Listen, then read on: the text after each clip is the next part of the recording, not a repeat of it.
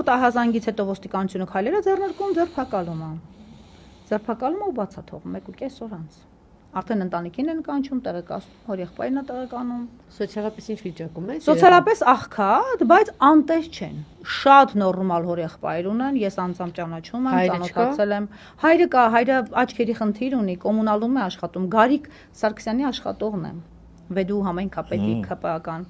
Այո, նրա ենթական է, իդեպ ասացին կինն էլ է իր ենթական ըստ հաստիքի։ Եվ այսպես